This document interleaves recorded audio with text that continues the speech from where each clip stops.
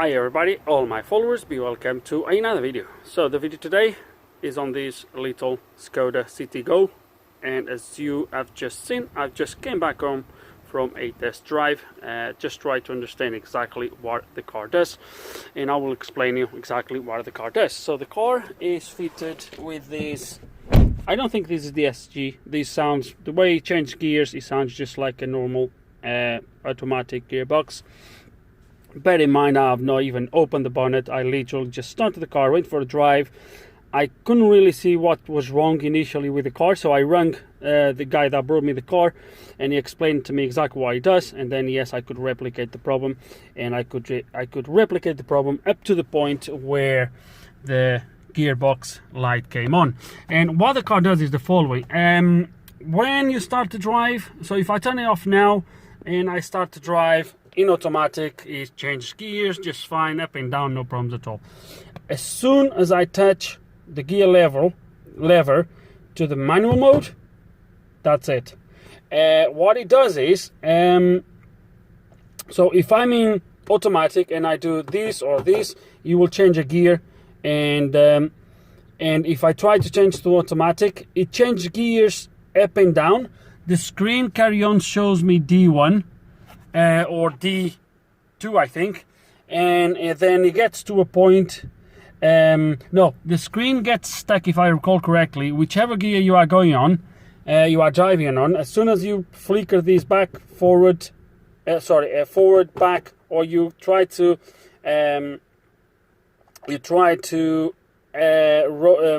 what you call it? You try to, oh man. You try to change between gears, between manual or drive. As soon as you do that, the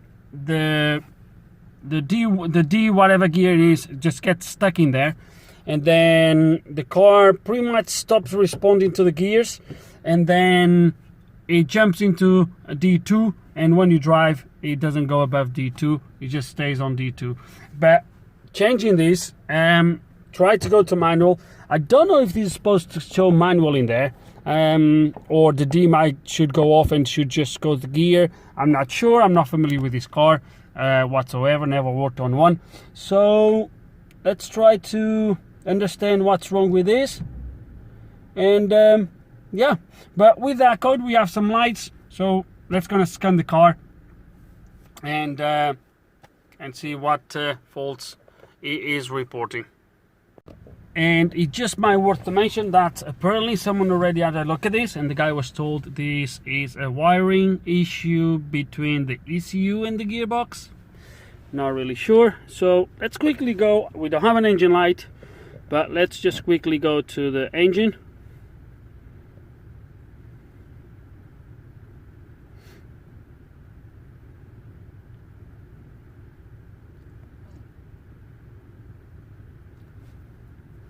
There we go. So no fault codes detected, which is good.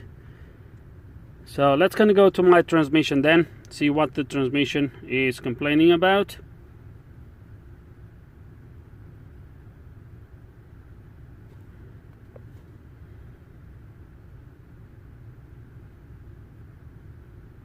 Okay, motor 1, gear shift to reverse actuator, range of performance, gear. So motor 1, gear shift to reverse. Oh, is this gonna be one of those manual gearbox that has motors to activate the gears? Ah, that's interesting. So that's what it looks like. What I don't understand is why, unless is why this doesn't do. Okay, let's do one thing before I do this, because okay, let's turn the engine off, see if this resets the fault. Let's put it to neutral. No, I need to brake the pedal.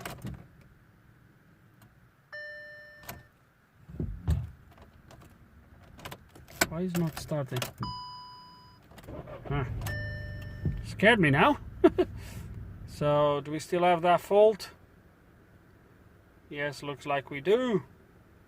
So neutral, drive,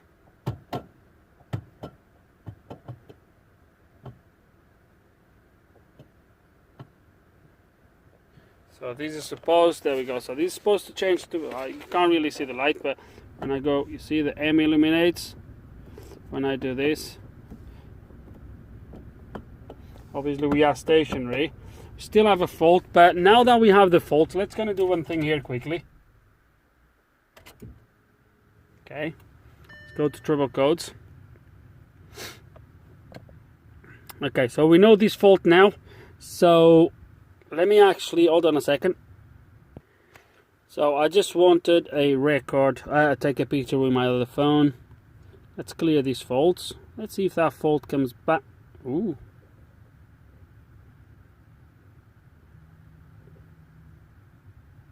Okay, so when I clear the fault, I could hear something on the engine. Okay, so we might be in the right track. Now let me take this call. So I do have a feeling that that motor is a separate issue, although we might gonna have to look at that. But what the car is doing is, so let me show you this. I will keep telling you what happens on the screen, and I want you to look at my live data. Okay, so if you look at first gear in there, so it's automatic at the moment, and what I'm going to do, I'm in automatic mode as you have seen. Now I'm going to take off first gear. Okay, so it's an automatic first gear, so D2 on the cluster, second gear there,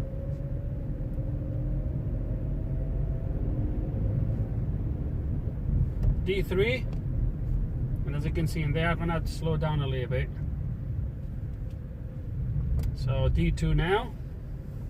Now if I go to manual, I'm going to do it now. Manual, it shows second gear there, the gearbox here, oh, sorry about that, in there as you can see went to manual. I still have D2 and the car is now in first gear, and I'm in manual mode. I'm going to carry on driving maybe that way. So it's in manual mode. It's not going to change gear. I'm going to put second gear. So second gear.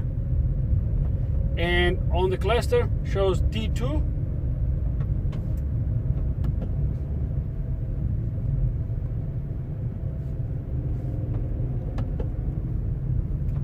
So third gear. On the cluster shows D2, and it's in third gear. If I now toggle the lever to automatic mode, wait, I've just done, the cluster changed to third gear. Okay, so it's pretty much what I was saying earlier. So if I now toggle back to manual, I still have D3 on the cluster, it's still on third gear, but if I put second gear now, second gear there, but my cluster still shows D3. I don't know if this is how the car is supposed to behave. It's really strange. I think when the guy says the car gets stuck into second gear, I think that's when that motor fails. I don't know, however, if this is correct. I would guess that when you go into manual mode, maybe the D should disappear from the screen. I'm guessing, because it doesn't really make any sense. It just shows on the cluster. So I'm in manual mode, first gear, the car is not changing gear. And let me just quickly show you the cluster. Can you see in there? D3. And yeah, it's really strange. So I'm in manual, second gear, D3 on the cluster. I think you get the picture. Okay, so now the gears disappeared, invalid, and now the motor failed. So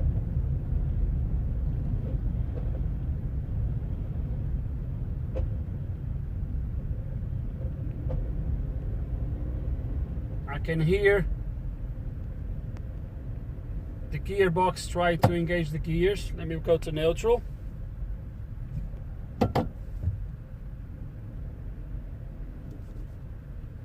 It's not putting any gear. Let me see if I can go to neutral, turn it off.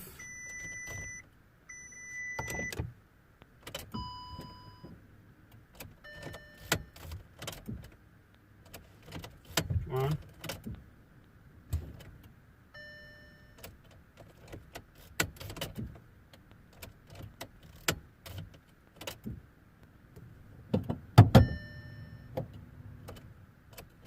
Come on. Don't let me stranded here now.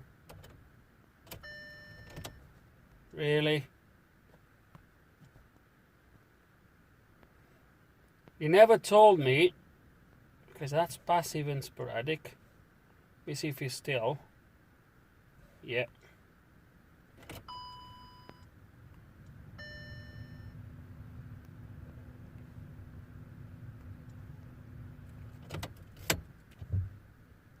Okay. I can start this thing. Come on.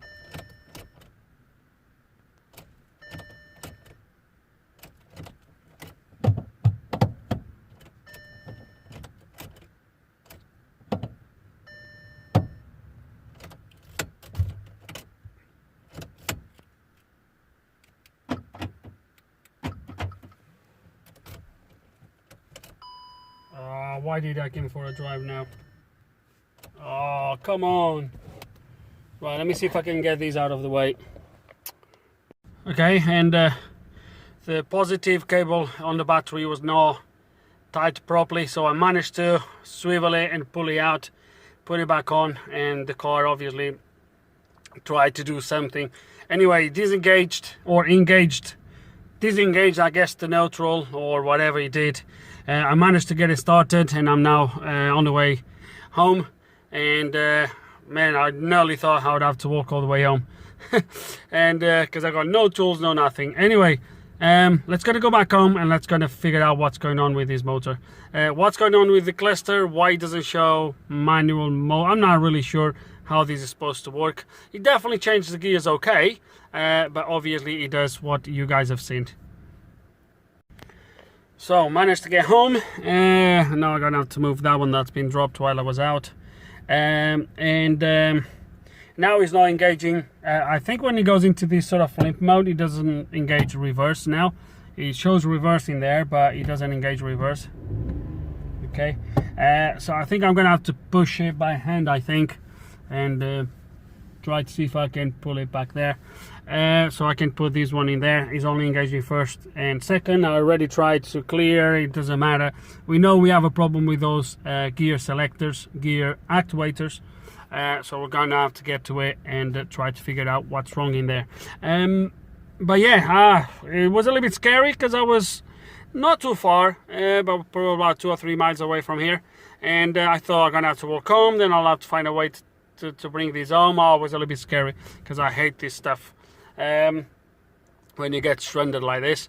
But yeah, let's gonna get our hands into this and try to figure out what's wrong. To start with, someone has been heavily here, 100%. I'm gonna show you the loom. I don't know how good it comes on the camera, but the loom, actually, let me put the flash on the camera. That might be better. Don't know if you can see, but all these here is new tape. Look. You can see the difference between the old tape and the new tape, and you can see up to where they've been, look, to there.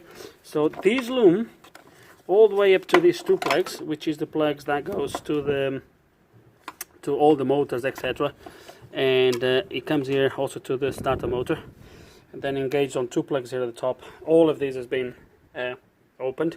I managed to remove the gear actuator, 3 screws or bolts, one there, then one right there.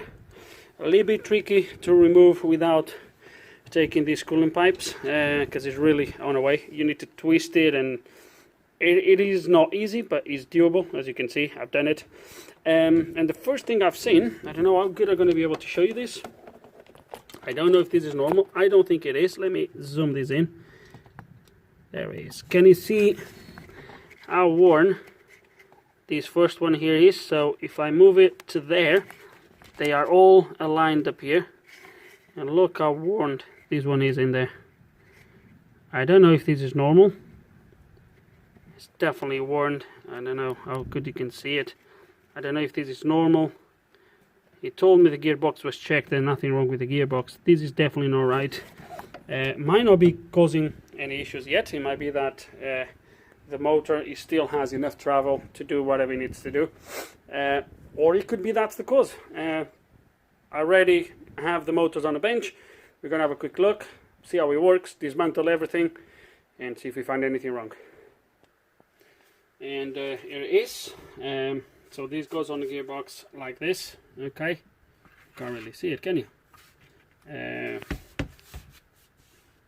That's better. So this goes on the gearbox like so, with let's put with this pin facing the back of the car. Okay, goes like this, with the two motors facing the front, goes in this position. And the way you can see this works is that this assemble here runs up and down into those different sort of linkage, and then when it's at the right position, this is going to turn, this is going to swivel left or right and engage the gears that way.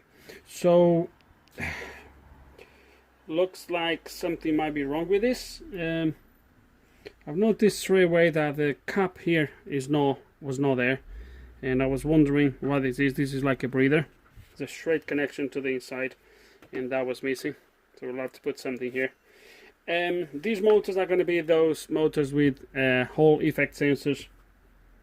So they have position sensors, so they know exactly where it is. There's nothing else telling the car the position of this assemble here. The only thing that tells the position of this is obviously the sensors in here. But to start with, I'm going to probably take this cover off, and see how this works, see if there's anything that we can see, and we'll go from there. Moment of the truth. It's going to pull this cover off. Right. So this motor here is what turns this left to right, and this one here turns this up and down. There we go. So rather simple. Let's gonna take the motors off so we can see if we can spin the whole assemble free and see if the problem is on the motors themselves. So too smallly.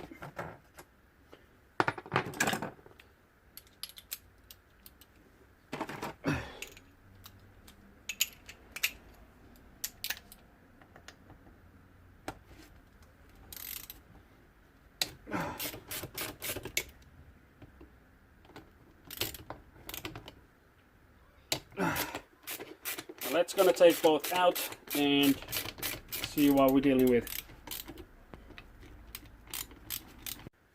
Everything is dismantled, and this is working absolutely perfect, moving freely everywhere, as you can see there. So left to right, up and down. There we go. No problems here at all. There is a stopper up here that when the linkage is all the way up, it prevents it from going from neutral to that side. So if I pull it out, it will go that way, but when it's up here it doesn't. So I'm guessing there's nothing on the gearbox, so that's the linkage.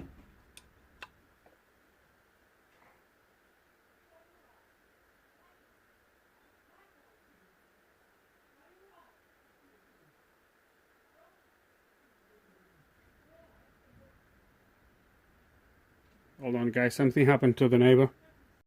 Oh man, the neighbor just fell off. Man, right. I don't even know where I was anymore. I think I was saying, oh man. But I think I was saying this is all moving okay. There's no concerns here at all.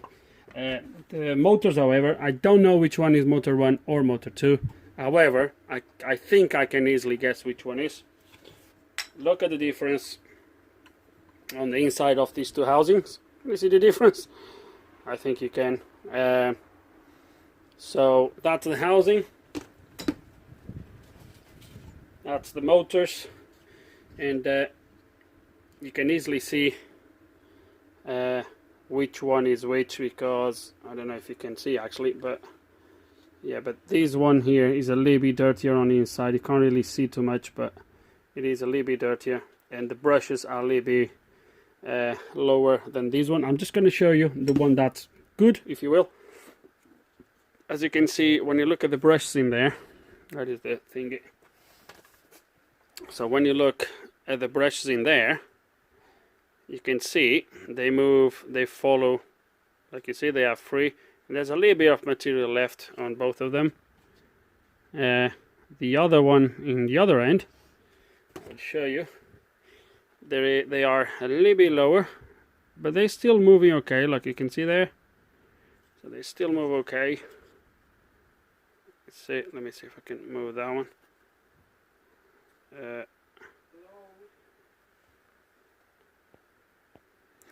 I think you can see when you look like this how dirtier this one is. But as I was saying, they are both kind of following the brush, or that one is moving. Yeah, they are both follow. Yeah, they are both moving, but they are definitely dirty. They are definitely dirty. I'm gonna move these. Gonna remove these cables at the back just to make sure they are not holding the brush from moving properly.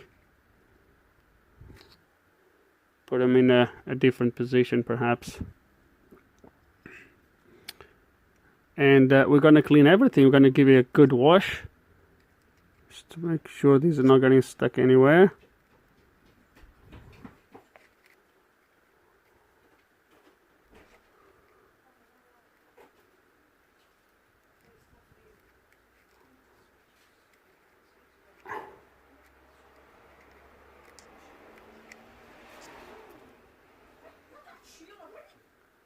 There we go. Sorry guys, the missus was educating my oldest one. Right, this one, the clean one, nothing came out as I was spraying. It's really clean. This one was all black coming off. We're gonna clean the housings as well and go from there. But there's not a lot more I can do, to be honest with you. There is not a lot more, no. So I've checked already with the multimeter which pins are for the rotation of the motor that connects to the brushes. The rest are going to be the position sensors. One is already, well, I haven't bent these bits back on, but these little tabs to hold everything in place. But I can easily show you that the motor, it works. Actually, what I'm going to do quickly is so we can test. Okay, so actually I was to do both at the same time, but we can do this one first. There we go, it's working fine. It's working fine. Let me switch the voltage just to make sure. And one of the things I like to do sometimes is when you put power, leave it to run for a little bit. And sometimes when the brushes are bad or something is wrong, you can hear the motor changing and sometimes even slowing down a little bit. As you can see here, it's running absolutely okay.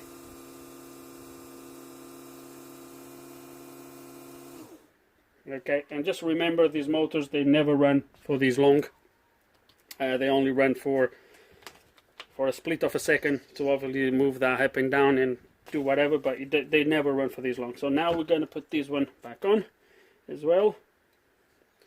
So I already put a little bit of grease right here at the bottom on the shaft. And now we'll slide this down. And the pins for these are the two pins on the edges. So the first pin and the last pin on the plug are the ones for the brushes on both motors.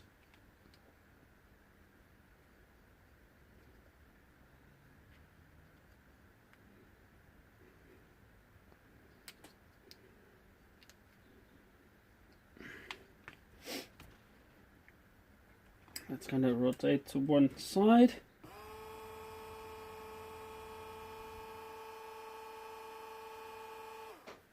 Running okay. Let's swap the voltage. Run the other way.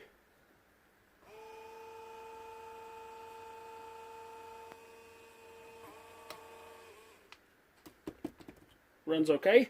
So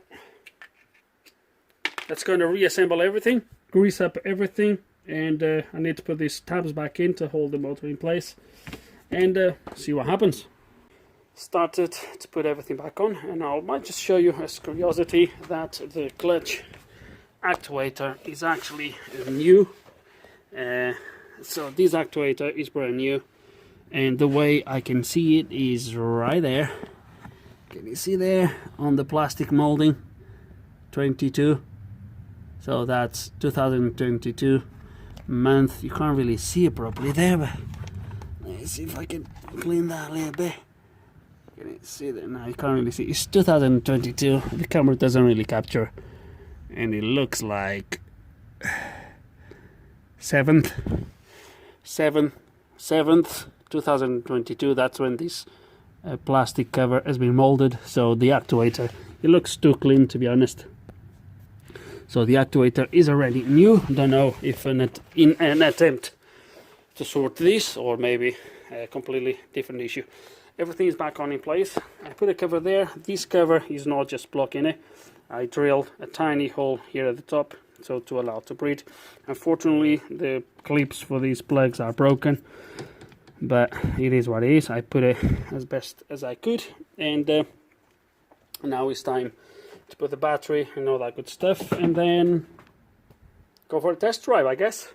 Or am I gonna have to do a relearning of these gears, gear actuator and all that good stuff, but we'll do that when we get to it. And everything is back into position, into place. Into position. Everything is back in place. No, I forgot to. There you go. Forgot a plug. I think I haven't forgot any other plug. I think.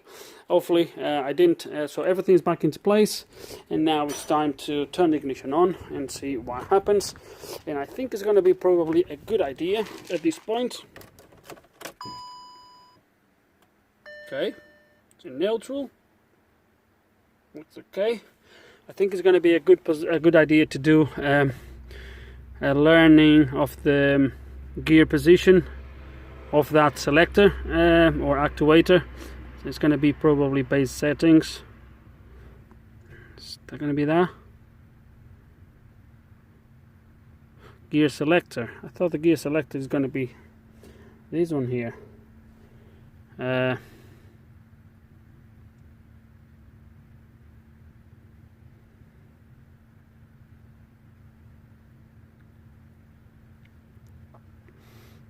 don't want to touch. It's the only thing. Maybe they call a gear selector here. Let me try this.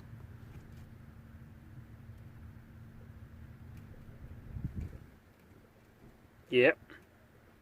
I can hear the gears going in and out. Stopped with something. Basic setting ended.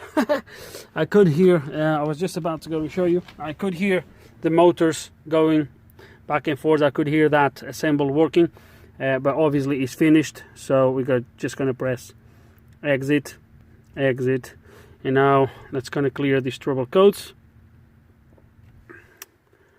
or this trouble code.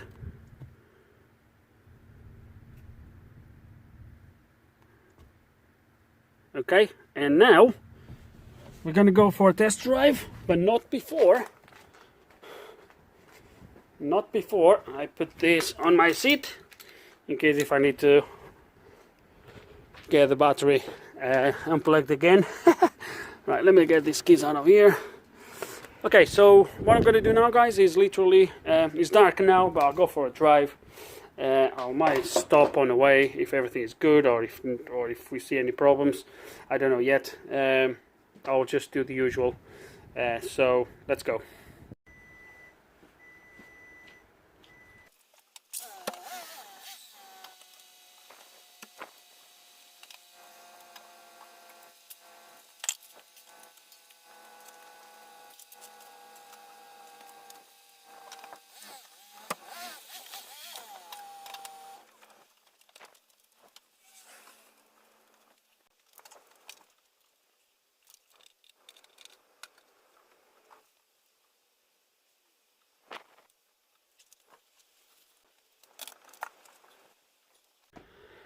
So, what a nightmare this thing is. Right, this is actually not the day after, it's the next day. So today I spent part of the day doing that and doing a suspension arm on that thingy. I'm going this afternoon to get it aligned. But this thing has been really a nightmare. So after that day, when I've showed you that I said I'll go for a quick drive, I actually went for a drive. And I went for a quick drive just around the village. Nothing too crazy, because I was scared to death that this thing would just let me stranded, and it was dark and was about to start raining. It's been raining for the last couple of days, to be fair with you. The weather has not been very good, but that was one of the reasons why I just went literally around the village, drove fine. Also because this thing was literally, it's probably running on fumes at the moment. So yeah, so I had to get some fuel, and my plan was to go for a drive yesterday, so the following day was to go in the morning for a longer test drive, make sure everything was good, and hopefully deliver the car. So the next day I came here, started the thing, and actually I'm lying. Even before I start the car, the first thing I wanted to do was to see if I could tackle the issue on the cluster by not showing the display, not showing the manual mode. Now, I did a little bit of research the night before, and I actually found 2 cases of people having the exact same problem after updating the TCM software to the latest one, which is actually the software installed on this car. It's the latest software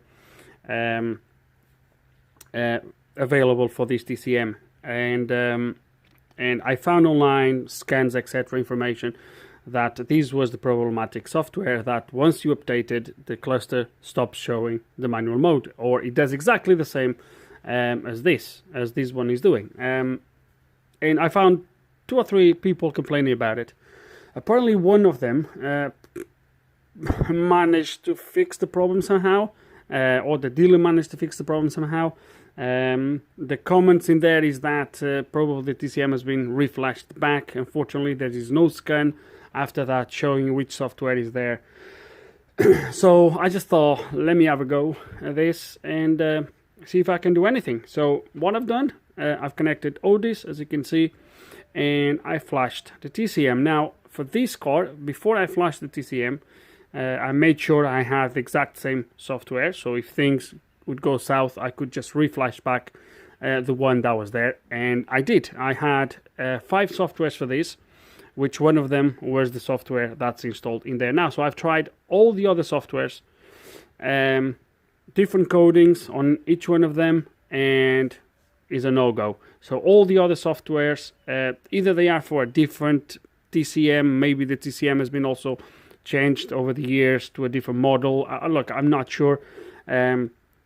But once I flash the other softwares, I get loads of codes with checksum errors and some other stuff. So in the end, I reflashed back the original software. I spoke with the guy. The guy, to be honest with you, as far as the car doesn't fault, is not to bother with the manual mode, not showing on the display. So if any of you guys know exactly which software I should have in there, please send me the software. I'll be more than happy to keep it for the future if I ever come across this. But yeah, or if you have a different solution. I've tried different codings as well with the latest software, different codings, and I get ECM, TCM mismatch, and I get other codes when I started to play with the coding. So I'm not really sure how to fix this. But again, as I said, the guy's not to bother with that as far as the car doesn't fault. So with this said, after that, I've reflashed the last software. All of these guys was without even starting the engine. So before I even went for a drive, I just wanted to have a go with that. So I did it. It didn't work. So I flashed the latest software, ran a adaptation of the gear selector, etc. And then when I tried to drive, as soon as I engaged reverse, the yellow car came on and the car failed to engage reverse.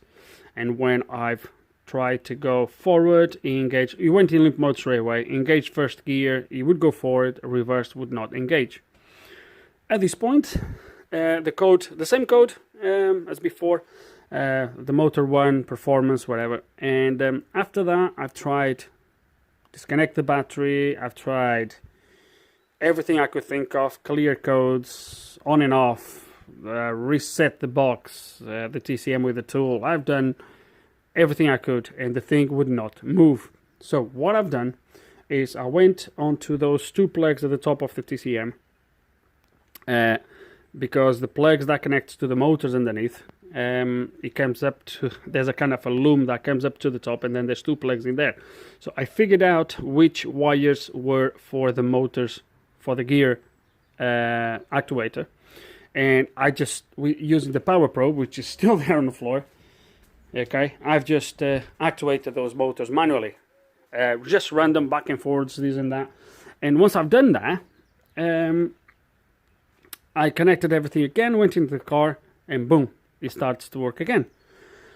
So at this point it was clear to me that something's still wrong with this. Now the motor runs okay, as you have seen on the bench.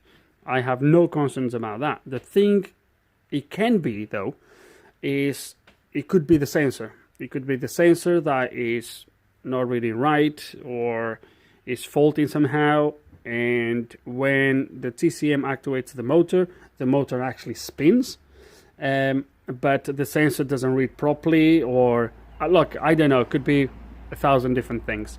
But at the moment, it could be something there. So then, what I thought, I've started to think about it was, if you remember back in the video when I said this, I don't know if this is normal. I don't think it is. Let me zoom this in. So I was not sure. It was the very first time I worked on one of these gearboxes, so I didn't know what to expect. I didn't know how they work.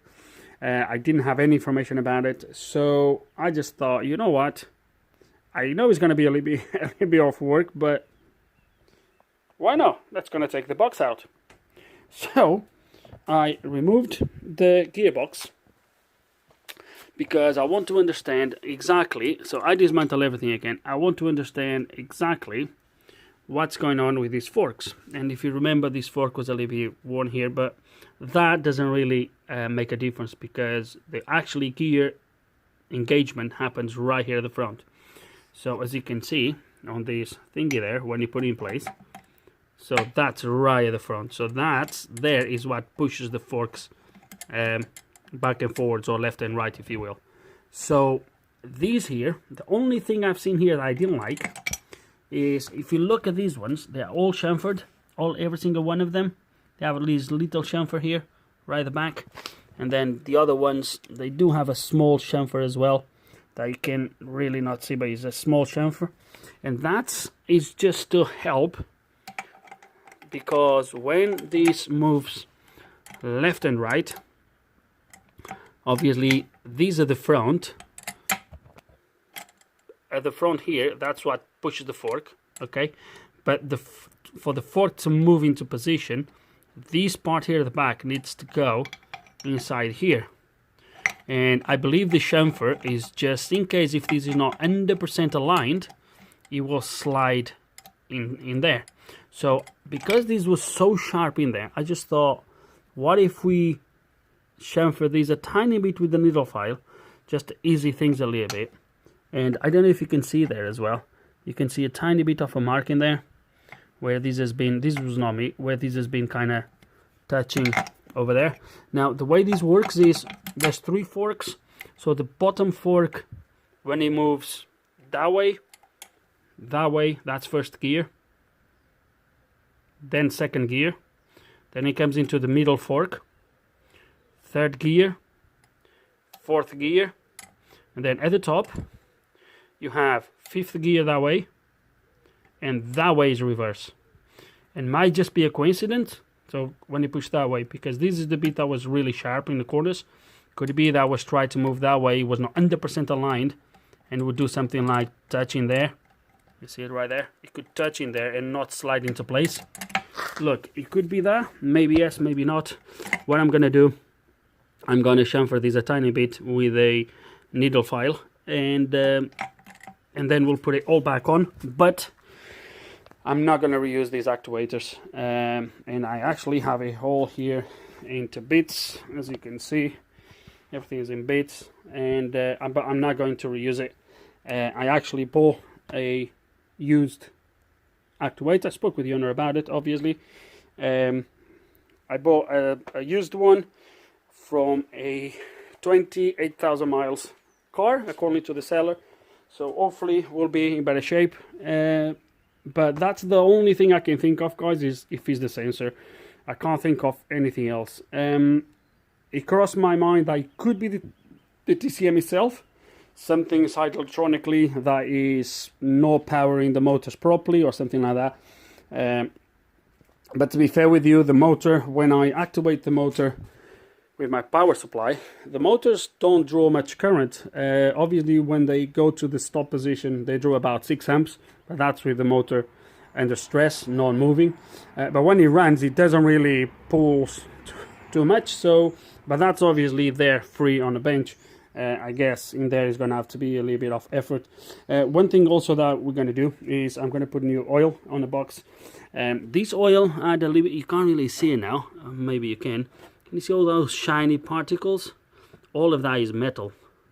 So there is a little bit of metal on oil, so we're going to put new oil as well. And yeah, that's where we are. I know it's a lot of work to not do anything. At some point from the top, as I was looking down, it looked like I could have these forks worn down or something like that. But these forks are actually where the contact happens. They've been hardened. The metal has been hardened. I don't know if you can see the different colors. So yeah, you can see that in the corner, see. So this area here, the front, has been hardened, so it doesn't wear so much.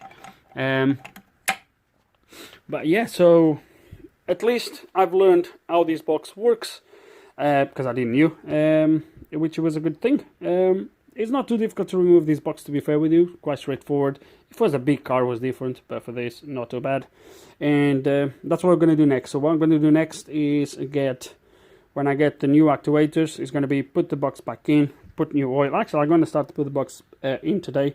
I just need to go with that to an alignment, and then when I bring it back, I'll bring some oil for it and for the gearbox, and then I'll put everything back on. Tomorrow I should get the actuators. I'll put the actuators back in, and then we'll give it a test. If it carry on happening, then my only other point is gonna have to be the TCM, the ECU itself, that somehow is seeing a problem with the motors when there is no problem. And that's pretty much what it is.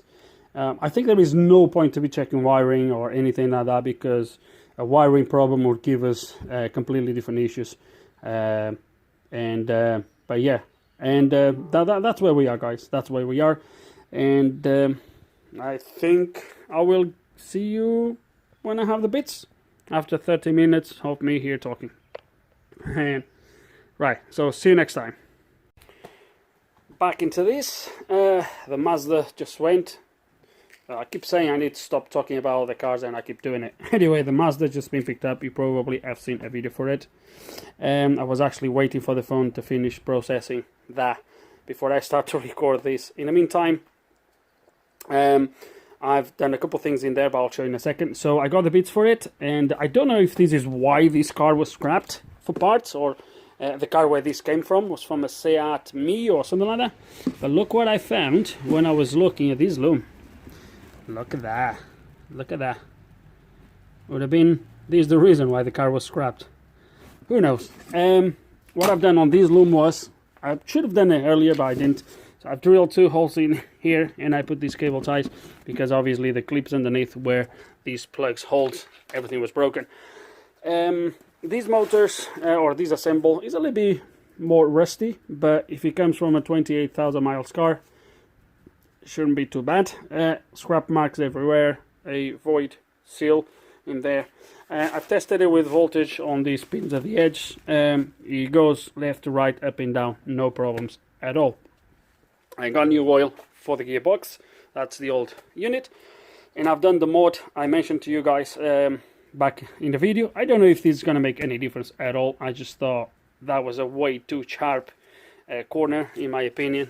So what I've done is I chamfered I don't know if you can see this tiny bit here at the edge. So I went with the file like this and I chamfer that, and then I pull it that way, and I did the underside a tiny bit. I put this soaked in diluent on the underside so any swarfs would stick to this, and that's it really. So all we're going to do now is try to put this back on. The weather today is just snow with me, but oh well, it is what it is. It's been raining literally all day. If I would have left the car a little bit forward, I would be fine, but still not too bad. I might just try to put a new cardboard in there, and I'll try to start to assemble things and see how far I can get today. But that's it. So let's hope I'm on the right track this time, and let's see what happens. So I'm not going to take you through all the faffle of putting this back on. I'm just going to do it, and then we'll see what happens. A couple of hours later, everything is back on. The only thing left is to put that wheel arch liner and the wheels tight to the drive shafts. I haven't done that yet, but I want to put the car on the floor and then do it with the car on the floor. It's going to be easier. But I quickly checked the TCM. So the loom, I believe I mentioned it at the past in the video, that loom has been completely opened, and I'm going to be able to see here this one has been as well. So all these loom has been opened into the TCM. The TCM leaves right here, and what's that in there? Where's this wire? What's this? Oh, it's for the turn signal. Sorry about that. But anyway, so this TCM leaves right here. But the problem is, or not the problem, is if there is signs, or it looks to me like the TCM has been opened in the past, because I can see sealant, I can see marks. It really looks like someone opened this TCM, and I believe I also said back in the video that we could ultimately have a TCM problem. I really hope not. We're going to give it a test. I don't need to put the car on the floor. I literally just going to start the car, play a little bit with it, see what it does.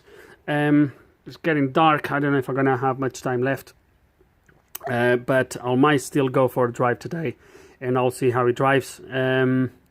But that's what it is. So we're going to do it. We're going to probably, well, not probably, we're going to do adaptations and all that good stuff to the clutch, gearbox, and all that good stuff, and then I guess I'll get back to you. There's no point for me to be here taking you through everything again. I'll just get back to you with the results, basically. Right, went for a quick drive, just around the village, automatic mode, drove absolutely fine, engaged every single gear up to 5th, automatic mode, drove absolutely fine. Now I didn't want to do nothing crazy because it is dark, it is cold, and it's raining. So last thing I wanted was to get stranded somewhere. So only when I was at the top of this stretch that runs here, I tried manual mode, tried a couple of gears, because I thought if something happens I can push the car to home. Try manual mode here, fine, up and down, no issues at all. Drove back here, turn it off, turn it back on, engage reverse, fine, went all the way back, all the way back in. So far so good, but I think we need a way longer test drive, and I will have to take some tools at least to disconnect the battery with me. And I was only with the laptop and the battery on that. It does last, but it doesn't last that long, so I'll have to take the Maxi-Cs next time, but we'll do that tomorrow. So tomorrow morning I'm going to go for a longer test drive and see what happens, if we have a fix or don't. Next day, got here this morning, started the car, engaged reverse, worked absolutely perfect, and now it's time to go for a drive. I get it with me just in case. So now we're gonna get it for a test drive. I have about a quarter of fuel, so I'm probably gonna burn most of it, and I'm gonna try the car as hard as possible, starting a little bit gentle, and then just try to play with it, see if it works okay. If you remember, guys, when we initially went for a drive, both times, if I recall correctly, I could easily replicate the problem by just play a little bit in manual mode, drive mode, and then engaging in reverse, etc. The car would start to behave and throw in those that cog yellow light. So it was quite easy, to be fair with you, to make it to fault. And as I have already also explained the last time, when I was here the following day, tried to start the car, I started the car, as soon as I engaged reverse, the bloody thing just failed. So yeah, I'm quite confident so far, if you will, but let's keep our thoughts realistic, and let's not gonna just start to jump into conclusions. So let's gonna go for a drive and see what happens. Been driving the car now for about, let me check here, 10:25, for about an hour. Maybe not yet an hour, maybe 50 minutes. And it's been driving absolutely perfect. I've not been doing motorway because, let's face it, motorway, the car will just engage fifth gear and that's it. So what I've been doing is I've been driving on these roads around the village where the gearbox is really forced to keep changing gears, and I've done I've done even things. So initially I was driving very gently, you know, I didn't want to do anything silly. Now, as I start to get confidence that the car is okay, I've started to flick to manual, do whatever, and I've been doing things, even like, for example, let me get the car to change to fifth gear. So fifth gear engaged, there we go, and I've been doing things like this: stop, reverse,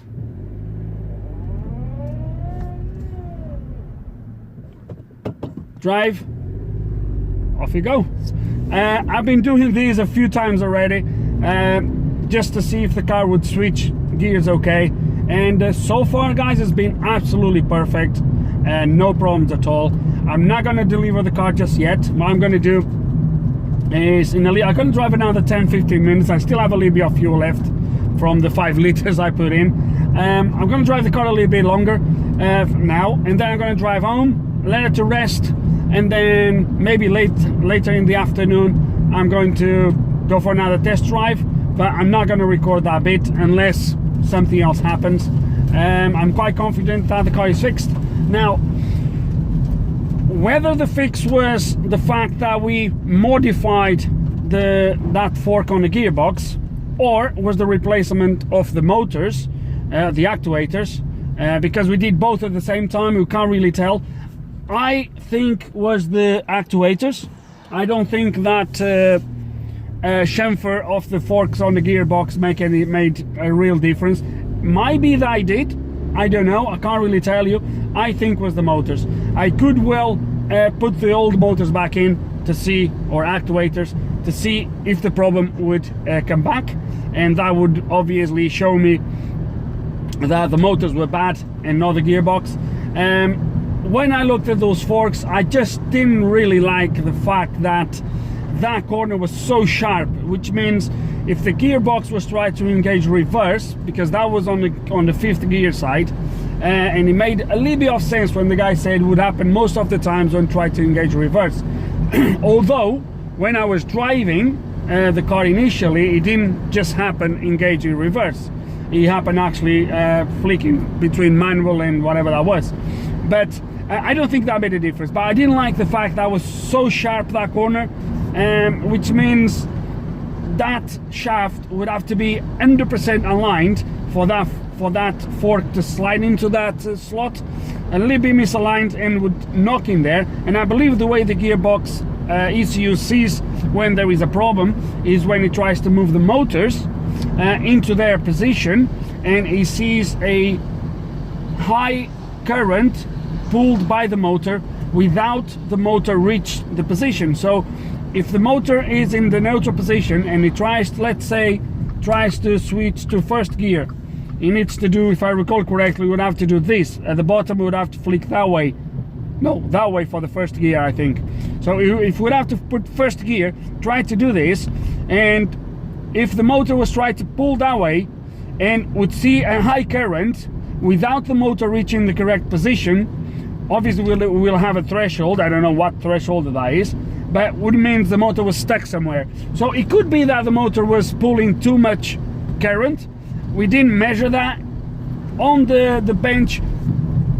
Just flickering the motor back and forwards on the power supply, it didn't really look like it was pulling too much amps, but obviously it was just me looking at the screen. Ideally I would have scoped the motors and all that good stuff, see how the wave was looking, see if the motor was working okay. Further investigating, we could have started to scope the signals, even though I don't have a clue what they're supposed to be. I don't know. I don't even know which kind of signal comes from there. I'm gonna guess it's some sort of Hall sensors maybe. But so it was a little bit of a lucky shot, if you will. I'm reluctant, or I'm intrigued, because the owner said to me the car came from Skoda, and I'm intrigued why Skoda didn't fix this problem. And just decided to give the car back. Look, I don't know, maybe the story was not very well told when the car was brought to me. Either way, guys, I believe we have a fix, and in the end, as you have seen, looks like was the motors. Probably I didn't have to remove the gearbox, but at least there's a good thing come out of this, which is I now know how those gearbox work, how that system works. I'm very familiar with the DSGs, 7 gears. I'm quite well familiar with the dual logic from Fiat.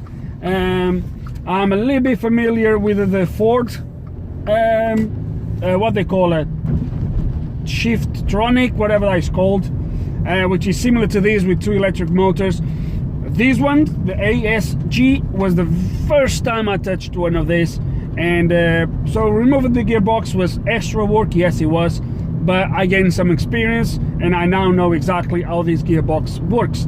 So in the end, knowledge has its value, and I believe I got something out of this work.